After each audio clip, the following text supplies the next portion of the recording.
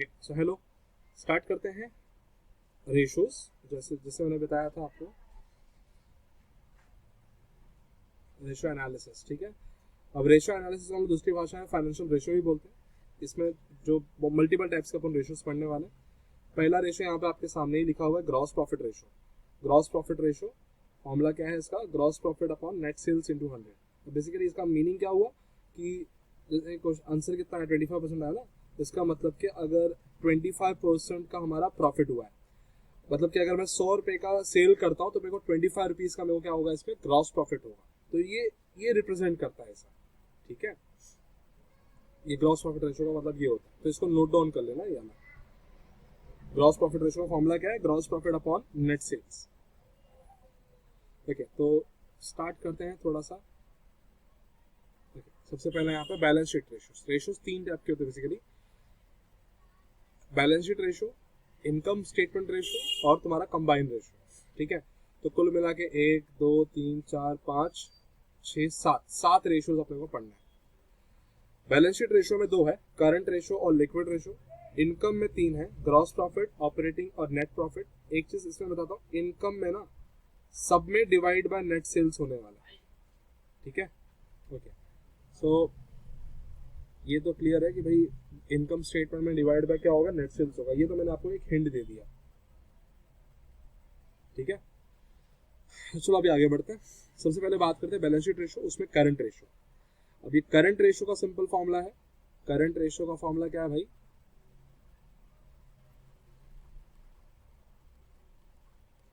Current assets upon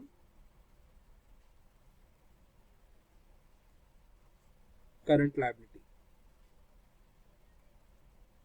current assets upon current liability, ये formula किसका है? करंट रेशो का।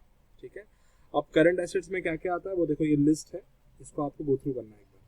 और सेम करंट लायबिलिटी में कौन कौन आता है, वो ये सब आता है। ठीक है, ओके। मार्केटेबल सिक्योरिटीज, इन्वेस्टमेंट इन मार्केटेबल, मतलब ये short term securities. Marketable securities का मतलब होता है शॉर्ट टर्म सिक्योरिटीज, जो कुछ टाइम के लिए, 1 महीना 2 महीना, कुछ दिन, 1 दिन 2 दिन। ठीक है, उन सिक्योरिटीज को अपन बोलते हैं इन्वेस्टमेंट इन मार्केटिंग, मतलब मार्केटिंग सिक्योरिटीज बोलते हैं उसको। ठीक है, ये सब चीजें यहाँ पे शॉर्ट टर्म के लिए, ये भी शॉर्ट टर्म के लिए। तो current assets upon current liability. अच्छा, इसका एक स्टैंडर्ड रेशो है 2:1। देखो यहाँ पे लिखा भी है, आइडियल करंट रेशो इज 2:1। मतलब कि करंट एसेट्स तुम्हारा 2 होना चाहिए और करंट लायबिलिटी तुम्हारी 1 होना चाहिए। मतलब कि करंट एसेट्स, जस्ट एग्जांपल दे रहा हूं मैं, मान लो करंट एसेट्स तुम्हारा 3 लाख है और करंट लायबिलिटी तुम्हारी 4 लाख है। तो क्या ये सही है? नहीं। करंट एसेट्स मान लो तुम्हारा 3 लाख है, करंट लायबिलिटी मान लो 2 लाख है, तो क्या ये भी सही है? देखो, बिल्कुल बिल्कुल गलत तो नहीं है, लेकिन बिल्कुल सही भी नहीं है। ठीक है, क्योंकि बोला हुआ है कि करंट एसेट्स डबल होना चाहिए करंट लायबिलिटी का। मतलब अगर करंट एसेट्स तुम्हारा 3 लाख है तो करंट लायबिलिटी को उसका आधा होना चाहिए। मतलब कितना होना चाहिए? 1,50,000, या उससे कम रहेगा चलेगा, उससे कम रहेगा चलेगा, लेकिन ये आइडियल सिचुएशन होना चाहिए। ये एनालिसिस के लिए काम आता है, बाकी तुमको एग्जाम में ऐसा चीजें कुछ नहीं करनी है, तुमको बस सिंपल रेशो निकाल के छोड़ देना है। ठीक है, तो ये नोट डाउन कर लेना। इसके बाद आता है तुम्हारा करंट रेशो, इसके बाद आता है लिक्विड रेशो। लिक्विड में वही हम लोग पढ़े थे ना last time, quick assets upon quick liability. जब लोगों ने वर्टिकल स्टेटमेंट पढ़ा था तो उसमें ये नाम हमारे सामने आया था, quick assets upon quick liability. ठीक है, तो क्विक एसेट्स में कौन नहीं आएगा? मैंने लास्ट टाइम बताया था कि स्टॉक को और प्रीपेड एक्सपेंस को छोड़ दो, वो करंट एसेट्स के अंदर सब आता है। करंट एसेट्स में क्विक भी आता है, नॉन क्विक भी आता है। ठीक है, तो क्विक में कौन है? स्टॉक और प्रीपेड, और नॉन क्विक में जो बच गया, समझे? इसके लिए बोलते हैं करंट एसेट्स में से क्विक को, ये नॉन क्विक को हटा दोगे, ठीक है, तो तुमको क्या मिल जाएगा automatically? Liquid ratio, liquid asset. Sorry मैंने उल्टा लिख दिया, ये तो यहाँ लिखना चाहिए। नॉन क्विक में स्टॉक और प्रीपेड एक्सपेंस आता है। ठीक है, तो यही करंट एसेट्स में से जब आप माइनस करते हो नॉन क्विक एसेट्स को, तो आपको क्विक एसेट्स मिल जाता है। ठीक है, सेम क्विक लायबिलिटी के लिए भी सेम ये दोनों पार्ट है। करंट लायबिलिटी में भी क्विक लायबिलिटी और नॉन क्विक लायबिलिटी। ये नाम है, बस याद रखो नाम है ये सब। तो नॉन क्विक लायबिलिटी में कौन आता है? बैंक ओवरड्राफ्ट और कोई भी एडवांसेस जो हमको रिसीव होता है ना, एडवांस इनकम। ठीक है, तो ये याद रखना बस। ओके, तो इनको डिवाइड करने पे जो वैल्यू मिलेगी वो तुम्हारी लिक्विड रेशो रहेगी या क्विक रेशो। अच्छा, लिक्विड रेशो को हम लोग क्विक रेशो भी बोलते हैं। तो क्वेश्चन में अगर क्विक रेशो आ जाए तो कंफ्यूज मत होना, इसका जो आइडियल है वो 1:1 है। मतलब जितना क्विक एसेट्स है उतना ही क्विक लायबिलिटी होनी चाहिए। ठीक है, अब आगे बढ़ते हैं इनकम स्टेटमेंट की तरफ। तो ग्रॉस प्रॉफिट रेशो, तो ग्रॉस प्रॉफिट पता ही है, नेट सेल्स माइनस सीओजीएस करते हैं तो ग्रॉस प्रॉफिट मिलता है। ठीक है, और सीओजीएस कैसे मिलता है? Opening stock plus purchase plus direct expenses minus closing stock. तो ठीक है, और नेट सेल्स में से सेल्स रिटर्न माइनस करेंगे। तो ग्रॉस प्रॉफिट अगर फाइंड आउट करना है तो आपको ग्रॉस प्रॉफिट चाहिए और नेट सेल्स चाहिए। और ग्रॉस प्रॉफिट कैसे मिलेगा? ग्रॉस प्रॉफिट मिलेगा सेल्स में से सीओजीएस माइनस करके। तो अगर दोनों की वैल्यू दी हुई है इंडिपेंडेंटली तो आप डायरेक्टली माइनस करके निकाल सकते हो, बट अगर नहीं दी हुई है तो सीओजीएस पहले फाइंड करना पड़ेगा और फिर सेल्स में से माइनस करके जो मिलेगा वो ग्रॉस प्रॉफिट मिलेगा। और सीओजीएस कैसे मिलता है? तो direct opening stock, purchase, direct expenses और क्लोजिंग स्टॉक माइनस करके। मतलब ये तीनों प्लस करना है और इससे माइनस करना है। समझा क्या? फिर वैसे ही ऑपरेटिंग एक्सपेंसेस, ऑपरेटिंग प्रॉफिट, ये सब बहुत सारे चौथले हैं।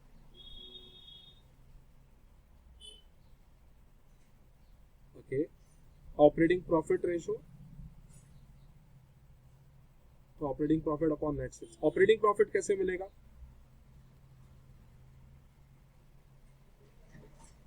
Operating profit is gross profit minus operating expenses. ठीक है, तो operating profit upon net sales, इनका कोई आइडियल नहीं होता। ओके, तो यहां तक क्लियर है। ऑपरेटिंग अब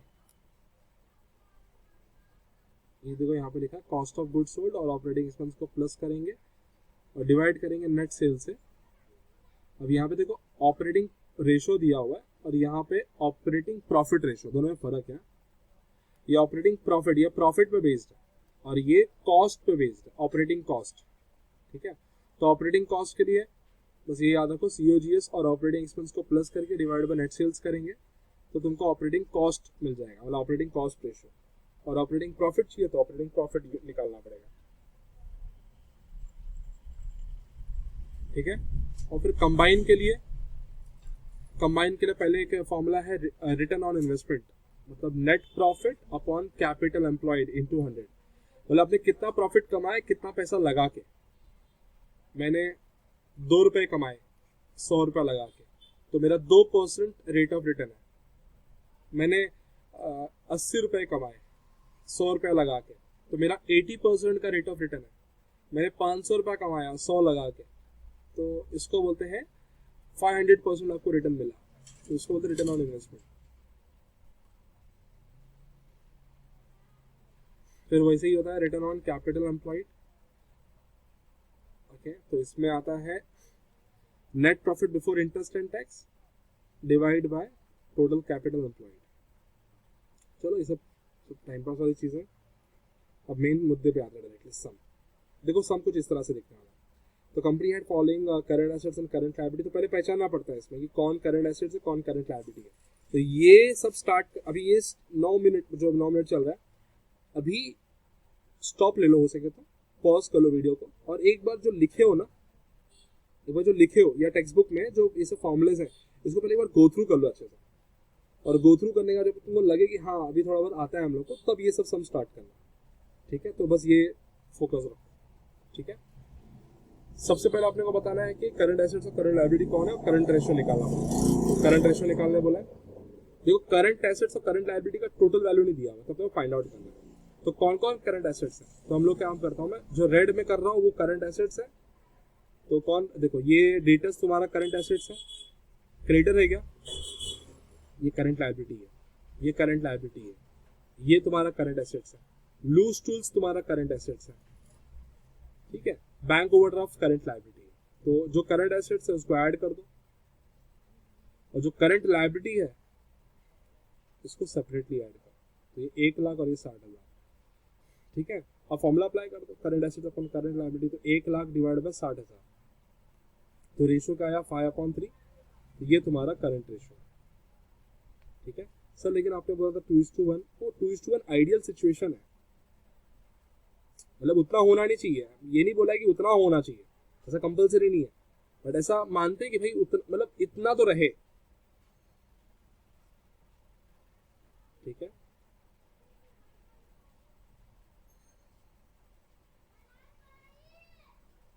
ओके, यहाँ पे डायरेक्टली आई थिंक वैल्यू दे दिया है इन लोगों ने, नहीं, इधर करंट लायबिलिटी दिया हुआ है और करंट रेशो दिया है, बोला करंट एसेट्स फाइंड आउट करो। ओके, मैथ से पूरा है तो करंट रेशो का फॉर्मूला क्या है, current assets upon current liability. Current ratio कितना दिया हुआ है, देखो 3:1 है, बराबर, और करंट एसेट्स अपने को नहीं पता, बट करंट लायबिलिटी पता है, कितना है 1,50,000। सो करंट एसेट्स क्या रहेगा, ये जो डिवाइड है ना, ये इक्वल टू के उधर जाएगा तो मल्टीप्लाई हो जाएगा,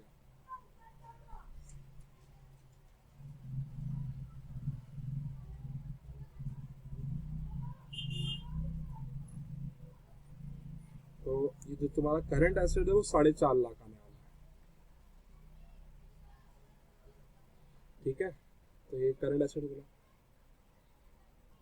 वैसे ही आगे देखो, टोटल एसेट दिया हुआ है, टोटल फिक्स एसेट दिया और कैपिटल एम्प्लॉयड दिया हुआ है, बोला करंट रेशो निकालो।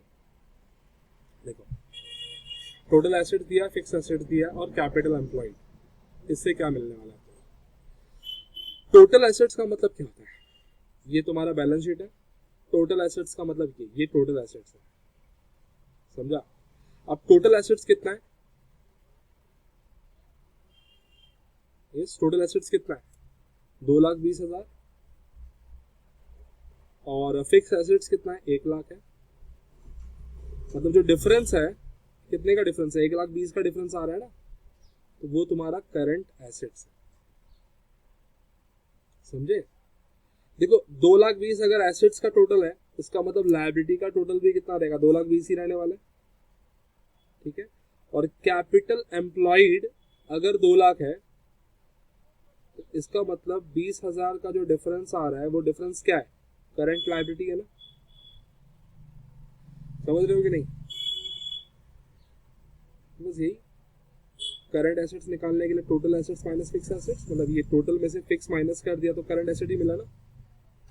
और वैसे ये तुमको ये समझ लो एक बार, जो मैं समझाने वाला, टोटल एसेट्स का मतलब होता है बैलेंस शीट जो टोटल होता है ना उसको बोलते हैं टोटल एसेट्स, ठीक है। टोटल एसेट्स में फिक्स एसेट्स और करंट एसेट्स होते हैं,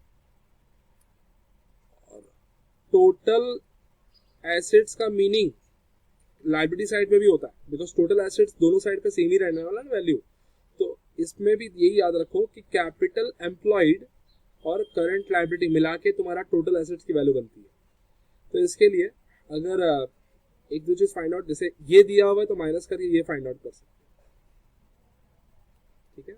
तो वही वैसे ही निकाला इन लोगों ने, करंट एसेट्स करंट लायबिलिटी पे डिवाइड कर दिया और रेशियो मिल गया।